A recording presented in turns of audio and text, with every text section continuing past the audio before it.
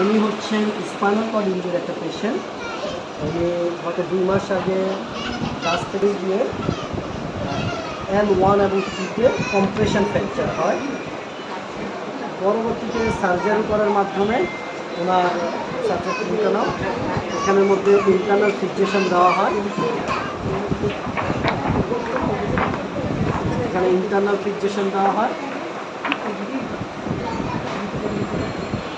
তো ফিজিওথেরাপির জন্য ওনারা পরে ফিজিওথেরাপি কোনো সেন্টারে রেফার করে, আর আনফর্চুনেটলি ওনারা কোনো একজন টেকনিশিয়ানের চেম্বারে চলে যায়।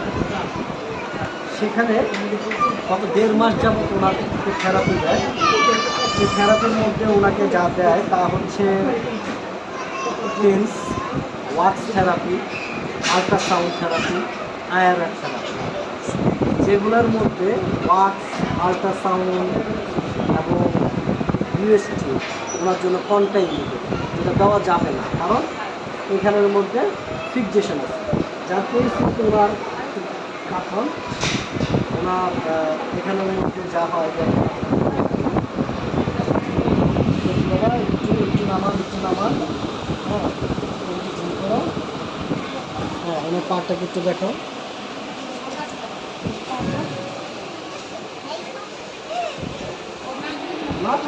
এই কমপ্লিকেশনগুলো ডেভেলপ। তো যাই হোক, এই ধরনের পেশেন্টদেরকে আমরা অবশ্যই বলি যে প্রথমে একজন গ্রাজুয়েট ফিজিওথেরাপিস্টের কাছে যেতে হবে, তার পরামর্শ অনুযায়ী ফিজিওথেরাপি নিতে হবে। তা না হলে আসলে এই ধরনের কমপ্লিকেশন অ্যাভয়েড করা খুব মুশকিল।